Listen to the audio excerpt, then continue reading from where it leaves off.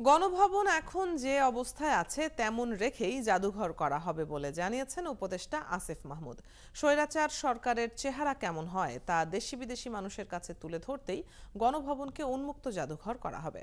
স্থান পাবে ১৬ বছরের নির্যাতন আর গণ অভ্যুত্থানের চিহ্ন। হাবিব রহমানের প্রতিবেদন। জুলাই আগস্টের ছাত্র জনতার গণঅভ্যুত্থানে সরকারের নির্যাতনে নিহত হন কয়েকশো ছাত্র জনতা, আর আহত হয়েছেন অন্তত কয়েক হাজার। ৫ আগস্টে সরকার পতনের এক দফার গণঅভ্যুত্থানে দেশ থেকে পালিয়ে যান তখনকার প্রধানমন্ত্রী শেখ হাসিনা। সরকারের জুলুম নির্যাতনের স্মৃতির স্মারক হিসাবে ছাত্র জনতার পক্ষ থেকে গণভবনকে জাদুঘর করার দাবি ওঠে।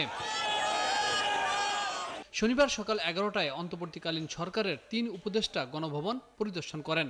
পরে সাংবাদিকদের বলেন, হাসিনা সরকারের ১৬ বছরের স্বৈরাচারী কর্মকাণ্ড তুলে ধরা হবে এখানে।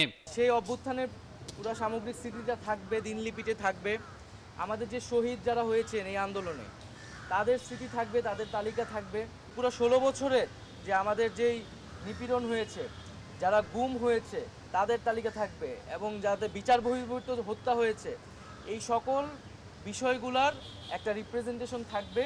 এবং যেখানে আমরা সিদ্ধান্ত নিচ্ছি এই যে স্থাপত্যটা এখন ভগ্নাবশেষ অবস্থায় আছে সেটিকে সর্বোচ্চ সেই অবস্থায় রেখেই আমরা এই জাদুঘরটি করা হবে।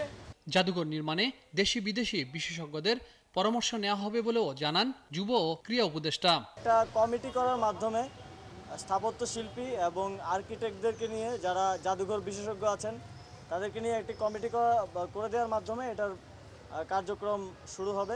দেশে বেশ কিছু মসজিদ মন্দিরে ভাঙচুর হয়েছে। সাংবাদিকদের এই প্রশ্নের জবাবে উপদেষ্টা আদিলুর রহমান খান এর নিন্দা জানান।